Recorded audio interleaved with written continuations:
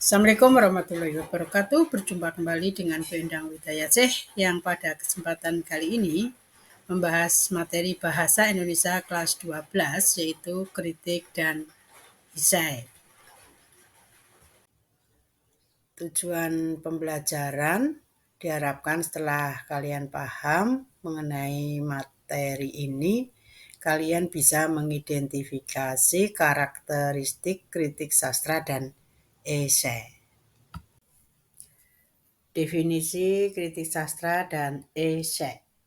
Kritik sastra adalah analisis karya sastra yang bertujuan untuk menilai baik dan buruk karya sastra, sekaligus memberikan masukan atau solusi bagi pencipta karya tersebut.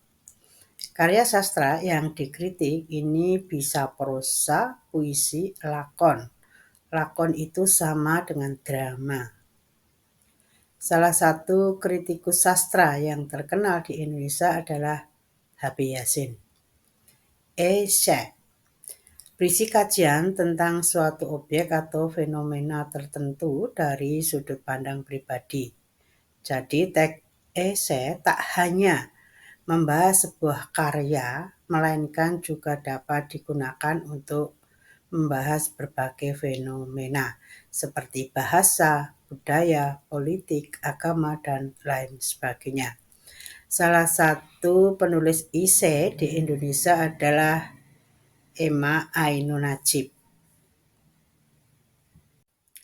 Karakteristik kritik sastra dan esai. Kritik sastra ini pertama berisi penilaian secara keseluruhan. Jadi kritikus ini menganalisis sebuah karya sastra itu secara menyeluruh, secara utuh. Yang kedua, bersifat objektif. Penilaian dilakukan secara objektif dengan didukung data, alasan logis, dan kajian teori yang sudah mapan. Yang ketiga, terdapat sinopsis karya, karena yang dianalisis ini adalah sebuah karya sastra, misalnya novel, cerpen, maka perlu adanya deskripsi yang berupa sinopsis dari karya yang dianalisis. Yang keempat, kritik sastra ini masuk dalam genre teks eksposisi. Teks eksposisi itu berarti mengekspos semua mengenai karya sastra yang dianalisis, baik dari kelebihan, kelemahan, kemudian diungkap secara objektif, disertai data pendukung, baik itu sinopsis karya, alasan logis, maupun teori-teori yang sudah mendasar. Kemudian yang kelima, terdapat kata ganti orang ketiga, karena di sini kritikus adalah sebagai pengamat. Yang keenam, topik terkait sebuah karya. Jadi objek dari kritik sastra ini adalah sebuah karya sastra yang bisa berupa prosa, puisi, lakon, atau disebut juga dengan drama.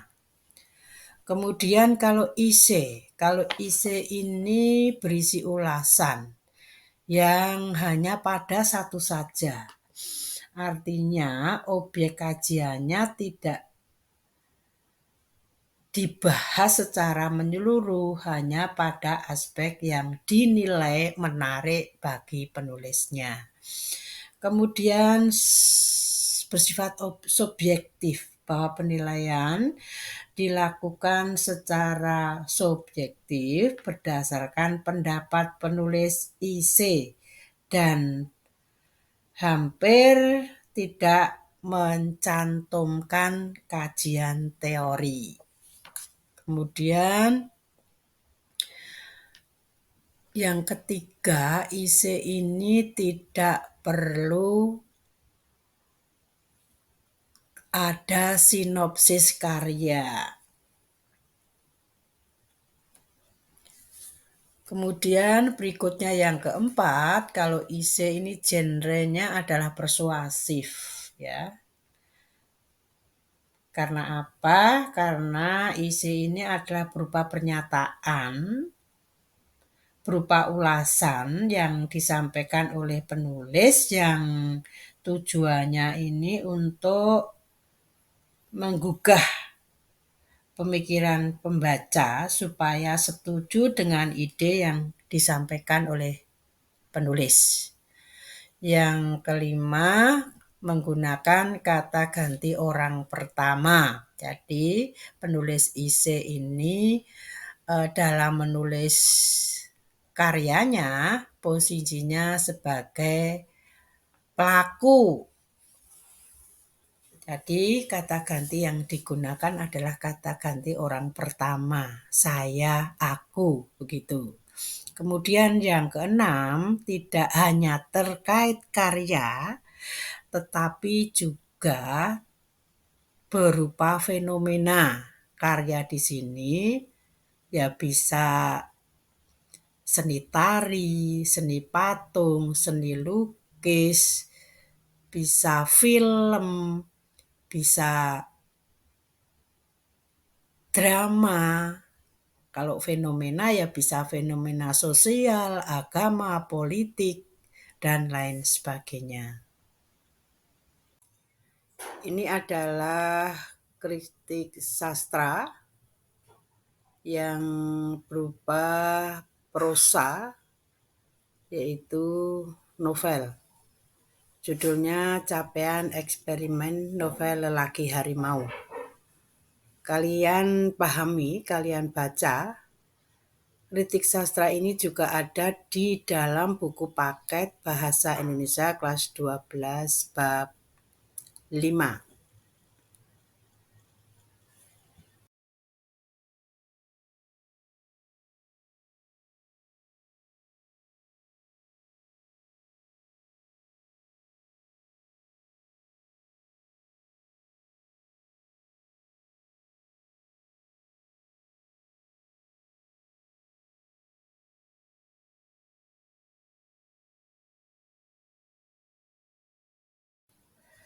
Marilah kita lihat kembali kalimat-kalimat kritik serta kalimat yang mengandung penilaian kelebihan dan kekurangan karya pada teks capaian eksperimen lelaki harimau yang sudah kalian baca di slide sebelumnya.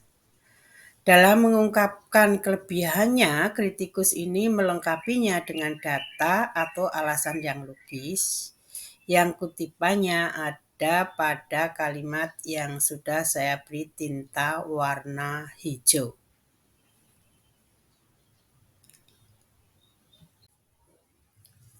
Ini adalah kelebihan dari novel Capaian Eksperimen Lelaki Harimau. Dilihat dari alurnya seperti terbaca pada kutipan berikut ini.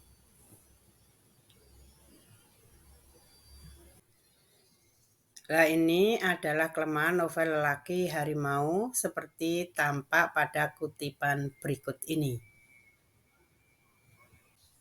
Terima kasih atas perhatiannya. Jangan lupa ikuti konten saya berikutnya dengan materi yang sama bagian kedua.